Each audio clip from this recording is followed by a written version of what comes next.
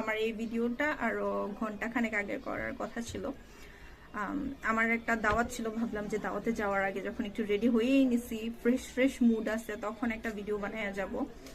Because আমি হচ্ছে গতকাল এই জিনিসগুলা পাইছি অ্যান্ড আমি অনেক দিন ধরে একটা মাইক্রোফোন ইউজ করার জন্য খুবই উৎসুক ছিলাম। আর গতকালকে আমার চাচু আমাকে এটা গিফট করছে। চাচু used, but it was really good. আমি গতকালকে যখন ট্রায়াল দিচ্ছিলাম তখন আমার কাছে মনে হলো যে কোয়ালিটিটা এত ভালো অ্যান্ড আমি খুবই এক্সাইটেডলি আজকে বসছিলাম।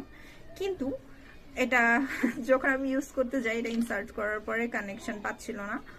সবুজ আর লাল লাইটটা ফ্লিকার করতেছিল, বারবার ফ্লিকার করার কারণে আমি হচ্ছে এটা একটু নাড়াচাড়া করলাম। নাড়াচাড়া করে পরে খুলে আবার লাগাইতে গেছি, দেন এটা পুরো আলাদাই হয়ে গেছে। আর now I don't know if I can fix it or not. আপনারা কি কেউ জানেন এটা কি ঠিক করা যায়?